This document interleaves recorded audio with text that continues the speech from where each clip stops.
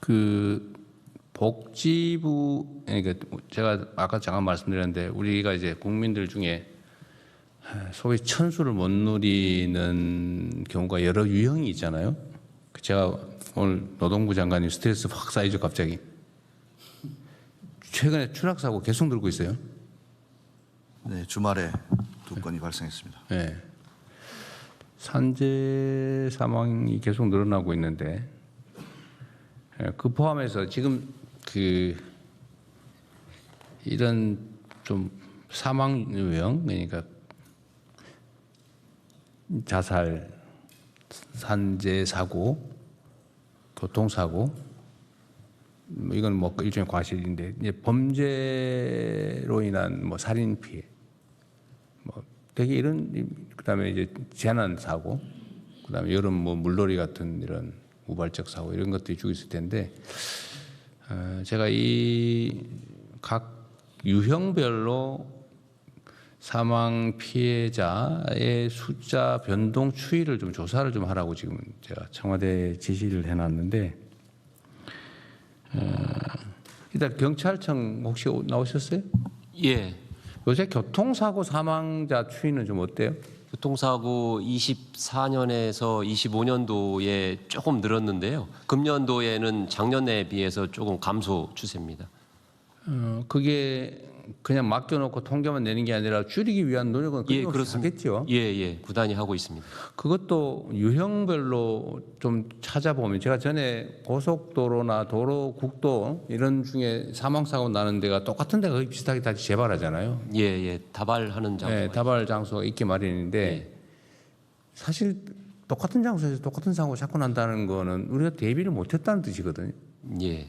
일본에 뭐 커브가 심하다든지 그러면 과속 못하게 하여튼 영안되면 과속 방지턱이라도 만들고 옛날에 그 가짜 경찰도 세워놓고 막 그랬는데 아니면 단속을 실제 단속을 하든지 예. 저희가 뭐 이렇게 해서라도 줄여야 되는데 예, 그런 노력을 계속하고 있습니다. 하여튼 각 부처청 중에서 이 총리께서 그만두시니까 이제 저쪽에다 거의 총리한테 말씀을 드려야 될 것 같아요.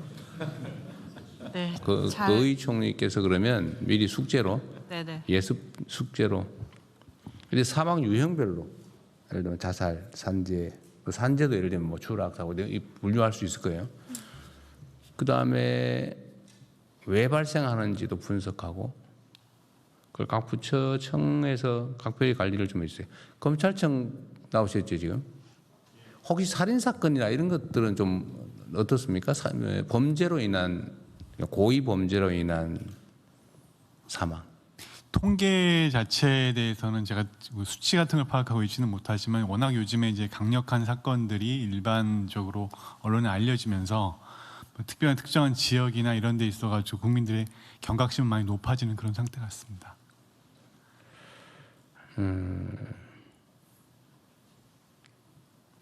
사실은 이제 예를 들면 고독사나 이런 것도 그 방치된 그 사망 있잖아요. 예를 들면 뭐 며칠 있다가 발견이 됐다 뭐 그런 거 복지부 장관님.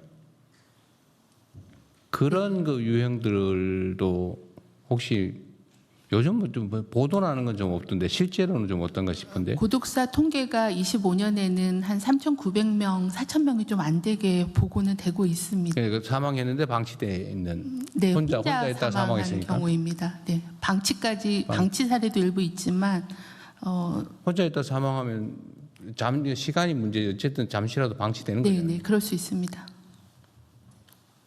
그런 사례들도 어쨌든 뭐 그거는 이게 편수를 못 누리는 건 아닌데. 네. 하여튼 그런 것도 한번 검토를 해보고 어쨌든 사망자를 좀 줄이기 위한 자살은 잘 관리해서 어쨌든 많이 줄이긴 했는데요. 산재도 좀 줄긴 했죠. 오늘이 6월 30일 올해 반기 마지막 날인데 뭐 특별한 대형 사고가 없다면 퍼센테이지로 두 자릿수 이상의 감소폭은 계속 유지되고 있습니다. 어쨌든 뭐 노동부 장관께서 애를 많이 쓰셔가지고 뭐 줄은 건 사실인데 줄었는 중에서도 왜 덜 줄었냐네 이 말이거든요. 대통령 말씀처럼 잘못됐다는 뜻은 아닙니다. 잘하셨어요. 더 열심히 하겠습니다. 대통령님 그 뭐 짧지만 2주 동안 이제 그 네. 관련 부처 이야기들을 들으면서 든 생각은 이제 자살 관련돼서 저희가 굉장히 오랫동안 잘 대책을 만들고 또 여러 부처들이 협업을 해서 이 원인을 분석하는 걸 좀 굉장히 전 잘했다고 생각합니다. 물론 청소년이나 청년 부분들은 더 봐야 되는데요. 지금 말씀 주신 것처럼 각 유형들의 좀 데이터를 보고 이게 사람의 목숨 관련해서 데이터를 말씀드리는 게 좀 죄송하긴 하지만 또 한편으로 본다면 이 유형과 그리고 어느 시기에 왜 많은지 그리고 어느 지역에서 많이 나는지를 좀 다 보고 있습니다. 이 자살 같은 경우는 그래서 이런 부분들의 유형을 다 모으고 각 부처들의 데이터를 모아서 저는 이거야말로 정말 데이터랑 AI 넣고 유형 분석해서 제대로 저희가 좀 들어가야 될 그런 부분이라고 생각합니다. 그래서 기술이 사람을 목숨을 살리는데 도움이 되는 굉장히 중요한 프로젝트라는 생각이 듭니다. 그러니까 이게 뭐 범죄든 뭐 어쨌든 과실이든 자살이든 아니 우발적인 뭐 재난 사고든 이게 사실 우리가 대비하는 데 따라서 많이 줄일 수 있거든요. 그래도 사실 마음 안 쓰고 방치해 놓으면 확 늘어난다고요. 그 전에 총리께서 말씀하셨지만 자살 문제의 최고 책임자가 관심을 갖고 있느냐 여부에 따라서 확 줄어든다고 그때 뭐 그렇게 보고 있잖아요. 그러니까 실제로 우리가 관심 갖고 지켜보고 또 예를 들면 희망을 얘기하고 우리 사회가 좀 더 나아지겠다 싶으면 절망이 줄어들면 자살이 줄어드는 거잖아요. 그래서 우리 좀 이렇게 의도적인 노력에 따라 충분히 사람들의 목숨을 얼마든지 구할 수 있는 것 같아요. 근데 우리가 예를 들면 방임을 해가지고 무관심해서 살 사람이 죽는다 그런 일은 최소화해야 되겠죠. 어쨌든 요거는 좀 각별히 한번 챙겨봐 주세요. 우리 청와대에서 챙기고 있긴 한데 각 부처가 결국 해야 될 일이니까요. 네, 그러겠습니다. 네.